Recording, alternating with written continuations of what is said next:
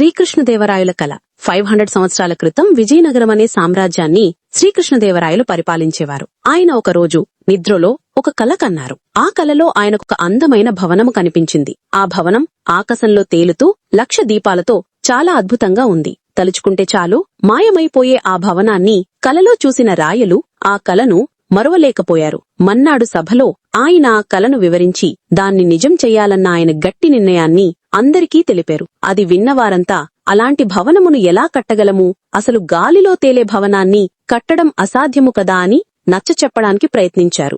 రాయలు కోపగించుకుని, అదంతా నాకు అనవసరం, మీరేం చేస్తారో నాకు తెలీదు కాని నా కల నిజమవ్వాలి. అలాంటి భవనాన్ని కట్టిన వారికి నేను 1,00,000 వరహాల బహుమానం ఇస్తాను, లేదా మీరందరూ నాకు కనిపించకండి అని ఆజ్ఞాపించారు. విన్నవారంతా నిర్ఘాంతపోయారు. ఎన్ని రోజులు గడిచినా రాయలు ఆ కలను మరువలేకపోయారు. ఒకరోజు సభకొక వృద్ధుడు వచ్చాడు. నెరిసిపోయిన గెడ్డం, జుత్తు, మీసాలతో పాపం అతి కష్టం మీద కర్రతో నడుస్తున్నాడు. నాకు అన్యాయం జరిగింది, న్యాయం చెయ్యండి అని రాయలవారిని ప్రార్థించాడు. నీకేం అన్యాయం జరిగిందో నిర్భయంగా చెప్పు, నేను న్యాయం చేస్తాను అని రాయలు హామీ ఇచ్చారు. నా దగ్గర 100 నాణ్యాలున్నాయి స్వామి, అవి ఒకరు దొంగలించుకుపోయారు. నాకు వారెవరో తెలుసు, నా నాణ్యాలు అడిగి ఇప్పించండి అని ఆ వృద్ధుడు విన్నపించాడు. శ్రద్ధగా విన్న రాయలు, ఈ దొంగతనం ఎవరు చేశారు, ఎక్కడ చేశారు అని ప్రశ్నించారు. వృద్ధుడు తడగడ్డం చూసి, నీకు ఏమి భయం లేదు, చెప్పు అని రాయలు ప్రోత్సహించారు. నా 100 నాణ్యాలు దొంగలించింది మీరే స్వామి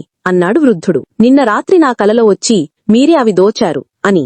రాయలకు చాలా కోపం వచ్చింది. ఏమిటి వెటకారం, కలలో జరిగినది నిజమనుకుంటే ఎలా అని కోపంగా అడిగారు. ఈ మాట విన్న వృద్ధుడు తన గెడ్డం, మీసం తీసేసి కర్రను పక్కకు పడేసి పగటి వేషాన్ని విప్పేశాడు. చూస్తే అతను తెనాలి రామకృష్ణ. క్షమించండి స్వామి, మీ కలను నిజం చేయడం ఎంత కష్టమో నిరూపించడానికే ఇలా చేశాను అన్నాడు తెనాలి. రాయలకు చాలా నవ్వొచ్చింది. ఇంత చక్కగా ఆయనకు అర్థమయ్యేలా చెప్పిన తెనాలి రామకృష్ణను ఆయన చాలా అభినందించారు.